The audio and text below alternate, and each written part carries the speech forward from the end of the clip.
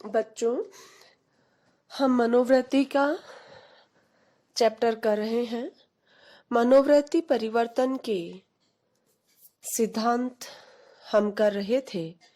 उसमें फर्स्ट सिद्धांत हम रोजेनबर्ग का भावात्मक संज्ञानात्मक सिद्धांत को किया। दूसरा सिद्धांत हमने कैलमैन का त्रिप्रक्रिया सिद्धांत किया।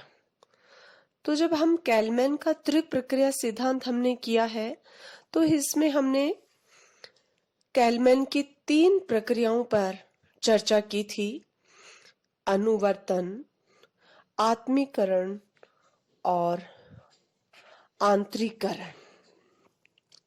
इन तीनों प्रक्रियाओं के बाद आज हम कैलमैन का त्रिप्रक्रिया सिद्धांत के गुणों पर प्रकाश डाल रहे हैं कि इस सिद्धांत में क्या क्या गुण हैं, क्या क्या दोष है। सबसे पहले गुणों पर चर्चा कर रहे हैं।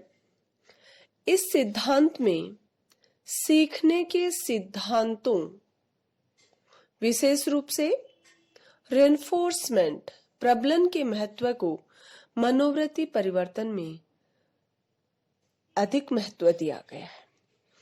इस विचार से यह सिद्धांत संगति सिद्धांतों से बेहतर और श्रेष्ठकर है।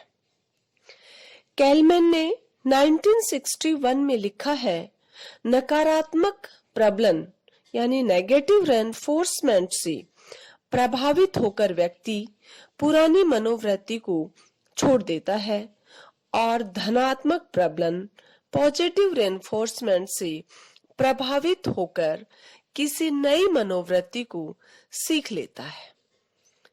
इस प्रकार उसकी वर्तमान मनोवृत्ति बदल जाती है। इस वास्तविकता की ओर संगति सिद्धांतवादियों ने ध्यान नहीं दिया। दूसरा गुण यह आता है, यह सिद्धांत मनोवृत्ति में अस्थायी तथा स्थायी दोनों तरह के परिवर्तनों का विश्लेषण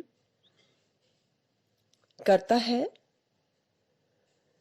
ये परिवर्तनों की व्याख्या अनुवर्तन या आत्मीकरण तथा आंतरिकरण के आधार पर करने में सफल है।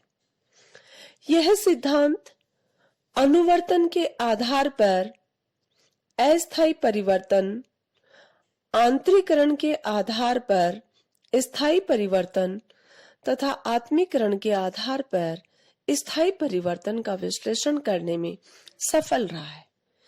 इस आधार पर भी संगति सिद्धांत की तुलना में यह सिद्धांत अधिक संतोषजनक है। तीसरा गुण आता है, यह सिद्धांत इस बात का विश्लेषण करने में भी सफल है कि व्यक्ति की भूमिका बदलने पर मनोवृत्ति क्यों बदलती है। अनुवर्तन के आधार पर इसकी व्याख्या करना संभव होती है। क्रैच ने 1982 में लिखा है, प्रत्येक भूमिका श्रेणी रोल कैटेगरी के निश्चित अधिकार तथा कर्तव्य होते हैं।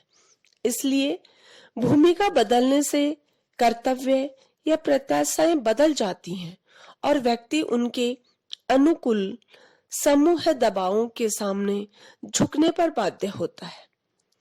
उसकी मनोवृत्ति प्रत्याशा की दिशा में बदल जाती है।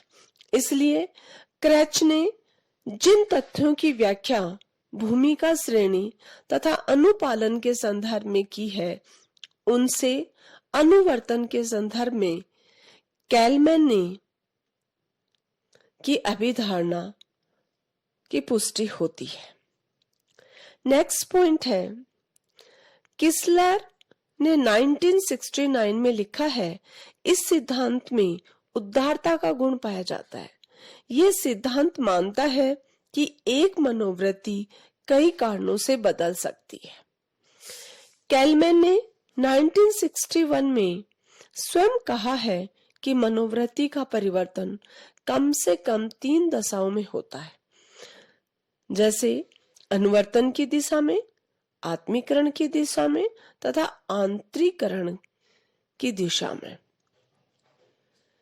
ये व्यापकता बहुत कम सिद्धांतों में पाई जाती है।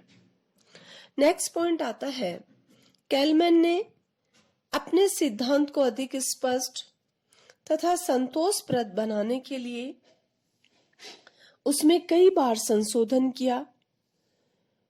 उन्होंने 1961 में अपने सिद्धांतों को मत परिवर्तन की प्रक्रिया माना।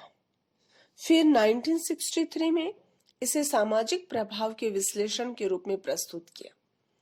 सेकर्ड तथा बेकमैन के अनुसार इस सामयिक संशोधन के कारण यह सिद्धांत मनोवृत्ति परिवर्तन की व्याख्या करने में एक बहुत अधिक सक्षम बन गया है। उसके बाद आता है दोष, कि इस सिद्धांत को अगर मनोवृत्ति परिवर्तन के लिए काम में लिया जाए तो इसको काम में लेते समय हमें किन किन कठिनाइयों का सामना करना पड़ेगा, क्या क्या दोष हैं इस सिद्धांत में। कैलमैन के सिद्धांत में कई गुण हैं, फिर भी इसे पूरी तरह सफल तथा संतोषजनक सिद्धांत नहीं माना जा सकता। इसका कारण है कि इसमें कई प्रकार के दोष हैं। फर्स्ट है, किसलर ने 1969 में लिखा, कैलमैन ने अनुवर्तन के प्रत्यय को स्पष्ट नहीं किया है। विद्वानों का मानना है कि अनुवर्तन को मनोवृत्ति परिवर्तन के लिए आवश्यक नहीं माना जा सकता। कैलमैन के बाद में स्वयं स्वीकार किया कि अनुवर्तन से केवल अस्थायी परिवर्तन संभव है। दूसरा पॉइंट आता है, इस सिद्धांत से इस बात की व्याख्या नहीं हो पाती है कि अतिरिक्त सूचनाओं के उपलब्ध होने पर मनोवृत्तियां क्यों बदलती है। अनेक अध्ययनों से पता लगता है कि नई नई सूचनाओं के उपलब्ध होने पर मनोवृत्तियों में परिवर्तन हो सकता है। हमारे दैनिक जीवन के निरीक्षण भी इस बात के साक्षी हैं कि नई सूचनाओं के मिलने पर हमारी मनोवृत्ति बदल जाती है। जब हमें ये सूचना मिलती है कि धूम्रपान के कारण कैंसर होता है, तो धूम्रपान के प्रति हमारी सकारात्मक मनोवृत्ति बदलकर नकारात्मक बन जाती है। नेक्स्ट पॉइंट है, कैलमैन द्वारा प्रस्तुत 3 प्रक्रिया अनुवर्तन, आत्मीकरण तथा आंतरिकरण को समान संप्रत्यों के रूप में स्वीकार करना भी संदेहात्मक है। इसका अर्थ यह है कि ये तीनों प्रक्रियाएं साथ साथ एक ही दिशा में सदा नहीं चलती है। जहां अनुवर्तन की प्रक्रिया हो वहां आत्मीकरण या आंतरिकरण की प्रक्रिया भी हो, ये जरूरी नहीं है। इसी तरह जहां आत्मीकरण या आंतरिकरण की प्रक्रिया हो वहां अनुवर्तन की प्रक्रिया भी हो, ये भी जरूरी नहीं है। इस असंगति के कारण इस सिद्धांत की नींव हिल जाती है। नेक्स्ट पॉइंट आता है, कुछ विद्वानों ने कैलमैन के विचार को एक सिद्धांत के रूप में स्वीकार करने में संदेह प्रकट किया। इसका कारण है, कैलमैन द्वारा प्रस्तुत 3 प्रक्रियाओं अनुवर्तन, आत्मीकरण तथा आंतरिकरण को अलग अलग स्वतंत्र चर तथा आश्रित चर के रूप में माना जा सकता है। मनोवृत्ति परिवर्तन के संदर्भ में ये तीनों प्रक्रियाएं स्वतंत्र चर हैं तथा मनोवृत्ति परिवर्तन आश्रित चर हैं, लेकिन जिन भौतिक तथा सामाजिक कारकों के कारण ये प्रक्रियाएं घटित होती हैं, उनके संदर्भ में ये प्रक्रियाएं आश्रित चर हैं तथा वे कारक स्वतंत्र चर हैं। इसलिए मनोवृत्ति परिवर्तन को किस स्वतंत्र चर का परिणाम माना जाए, इसका सीधा उत्तर इस सिद्धांत के आधार पर संभव नहीं है। नेक्स्ट आता है, इस सिद्धांत के निरीक्षण में इस बात की व्याख्या नहीं हो है कि संज्ञानों में असंगति उत्पन्न हो जाने से मनोवृत्ति क्यों बदल जाती है।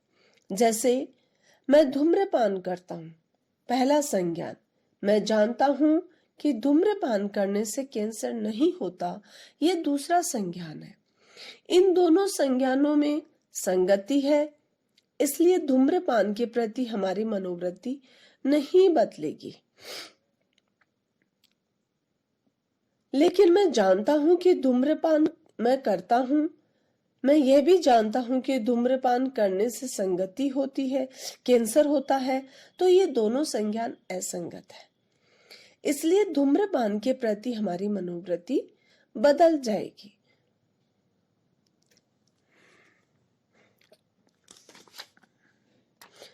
नेक्स्ट पॉइंट है, मायर्स ने 1985 में कहा है कि यह सिद्धांत सामाजिक प्रभावों की व्याख्या करने में बहुत सफल हो, लेकिन मनोवृत्ति परिवर्तन की व्याख्या करने में विफल है।